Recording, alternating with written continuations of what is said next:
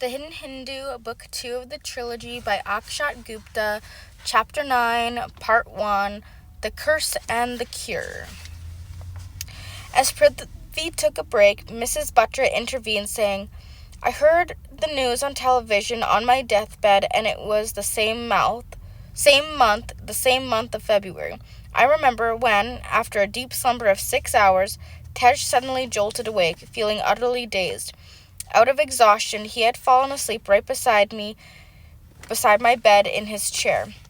The sound of the monitor flatlining woke him. He sat up straight to check on me, and in a flash, everything hit him like a relentless tsunami.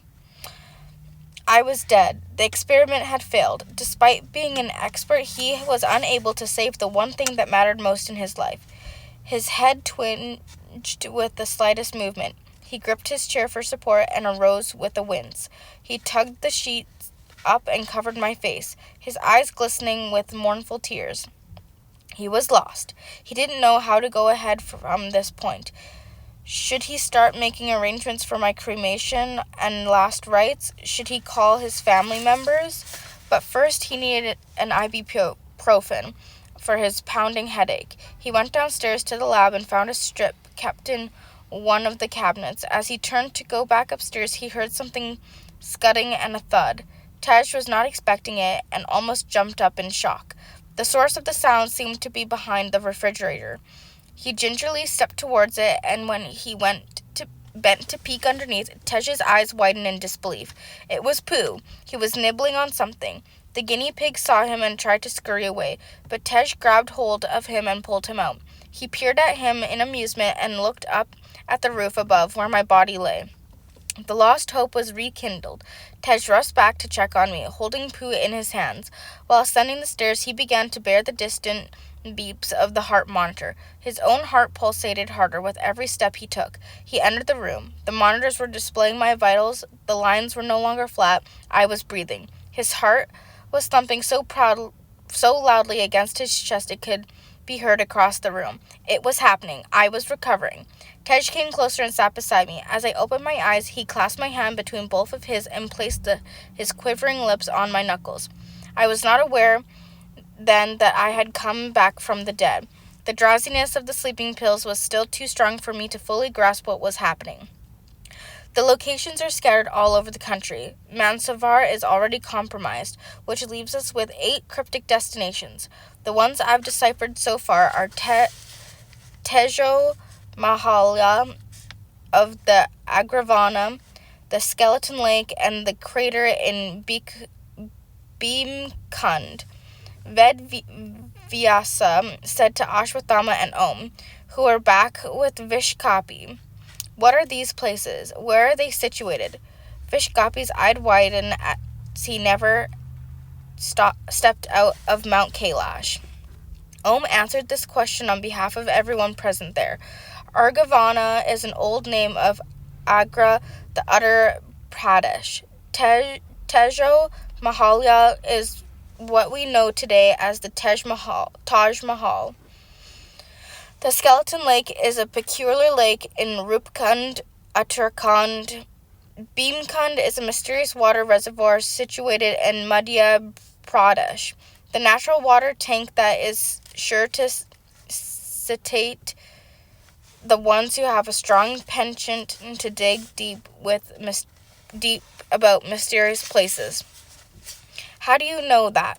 Milripa abruptly asked Vedvyasa.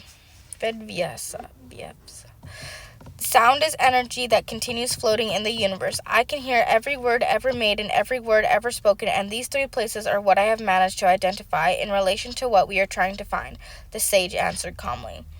The duration between one crescent moon and the next gives the ample time to reach any of these destinations. How can we know where this next raid is going to be? Milripa thought aloud. Vedvyasa looked equally pensive about the challenge confronting them. I am not aware of the travel sequence to be followed, yet there might be one. If you, wise sage, do not know the travel sequence, then the possibility of there being one is highly unlikely, Parashuman remarked. Vishkapi, I want you to keep a check on Rupkund. Out of the probable places, it is the only one devoid of humans. However, you must be immensely wary of being spotted, as your burly physique is hard to miss, and the rest of us have to remain as coverate as possible. Vishkapi was delighted to take up this responsibility, as he would get to step out of Ganganj and see novel landscapes. Milripa, you go to the Taj Mahal. Make sure to wear clothes that cover you and use your powers to make your green skin inconspicuous. It was the populous area. You should be able to blend in with the crowd conveniently. And I shall go to Bhimkund. It is central India. They won't be able to cross the frontier from there. Parashwarma's voice deepened as he spoke. The next crescent moon is 3 nights away. We need to be in our respective assigned locations on or before that night. Vishkapi and Milripa. Remember, once you are out of Kailash amid humans, we shall refrain from using any powers unless it is the last resort. This means, Vishkapi, do not fly or roar. Milripa, do not use any magical powers, and I shall avoid using my ancient weapons. Bedvyasa, I request you to gather as much information as you can about Nagrandra's mission through our meditation. Everyone go to work promptly. Om followed Parashuma and asked, what are your orders for me? Parashuma's gaze shifted from Om to Ashwathama and back. Why do you think Ashwathama has not been assigned to protect any location? Because you need to be protected as well. The only wall between Nagrendra and his morality is your blood, and you are not equipped to save it for yourself right now. Try finishing your training soon. Ashwathama and Om shared a glance as Parashuma left. Meanwhile, Nagrendra and his team crossed the deep virgin forest, gurgling brooks, beckoning meadows, and witnessed the stunning, mighty white peaks of the Himalayan ranges again on their way. They faced the challenges of zigzag trails and the biting cold winds under the millions of stars sprinkled in the majestic night sky, discovering the most primeval of the Himalayan oak and rhododendron forests, with the later in bloom. They trekked towards the water body perched in the lap of the snow-clad Mount Trishul, situated at an altitude of 16,499 feet. The Rupkund glacial lake was close. He could see it now from a distance. They were almost at their destination 3 days before the crescent moon. Nagrendra turned towards LSD and Primul, who were right behind him, and pointed towards the frozen lake of Rupkund. What you see is called the Mystery Lake, known for the human skeletons lying at the bottom of the lake, which are distinctly visible when the snow melts. Nagrendra retrieved the same ancient round metal bottle from his bag. Staring at the Mystery Lake of Rupkund, he held the bottle in one hand and said, caressing LSD's stomach with a wide grin on his face, the thought of a new life at the very place where I had killed a few so-called good men is strangely pleasant. LSD could see the scattered bones from where they stood and could not stop herself asking, so you know the real story of this massacre? Nagrendra closed his eyes and smiled cynically, basking in the memory of his wickedness. Now that you have what I need inside you, you deserve to be answered. Among all the theories regarding these skeletons, the one that is true is that I slaughtered all these people. The finest memory of this place etched in my mind is of dragging the corpse of the man I loathed the most after killing him with this bottle. Who was he? LSD, you will need a few more lifetimes to know me completely. Wait for them. Nagrendra smirked. A few lifetimes? As if she would remember all of this in her next life, and he will answer it then, thought Primul, who simply stood there. Primul looked silently at them. With a failed attempt at concealing her displeasure beneath a half-hearted smile, LSD asked another question to change the topic.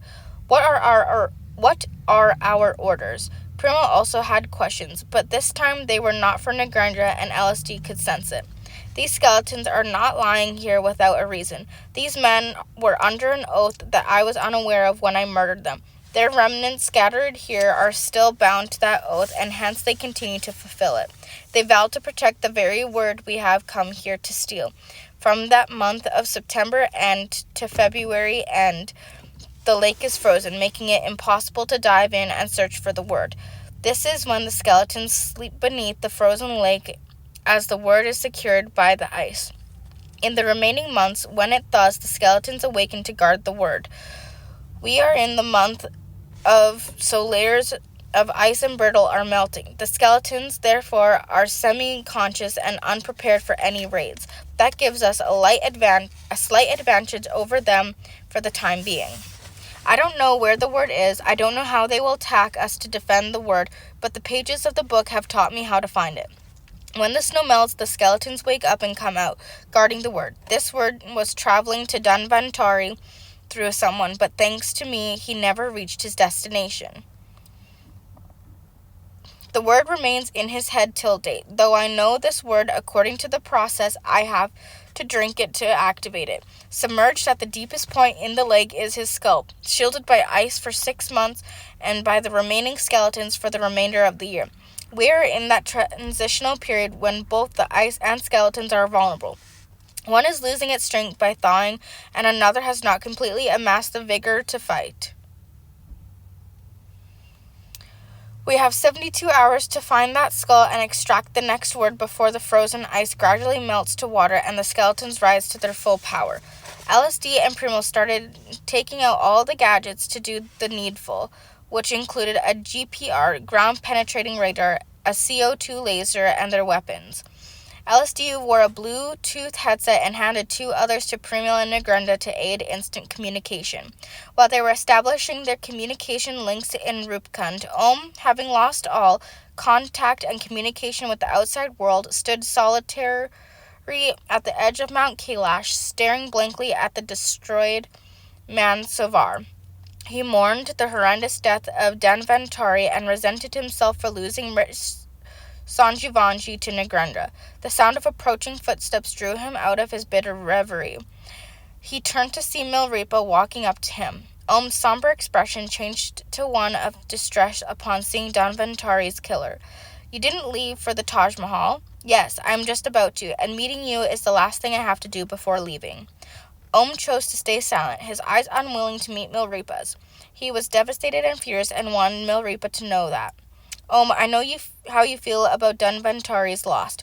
I know that you blame me and hate me for his death, and that's natural, but you need to know that what I did to Danvantari was my faithful obedience to his command. He was suffering in captivity.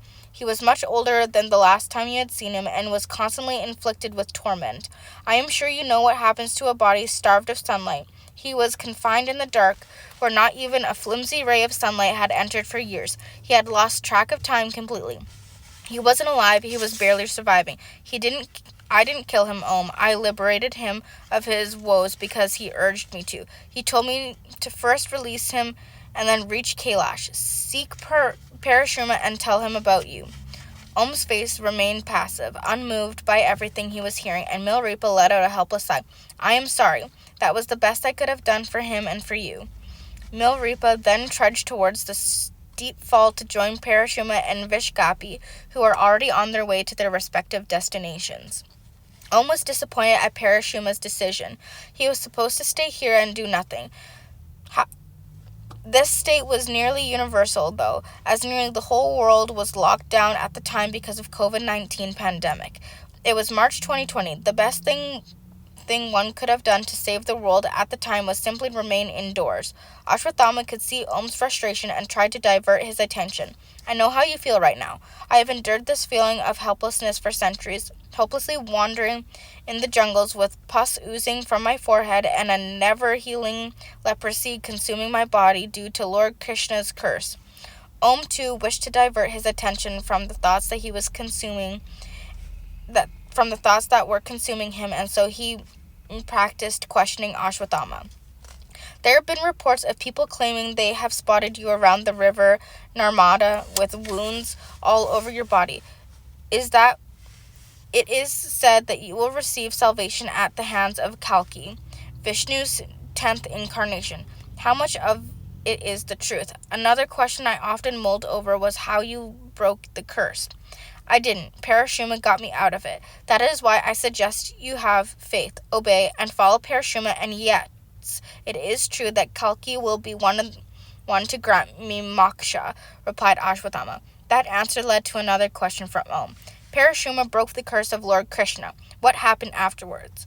Another question led to another answer, and thus Ashwatthama took Om through his past. Years passed. Krishna and his brother Balarama left the mortal realm. All the Kauravas and the remaining warriors from the Mahabharata era passed.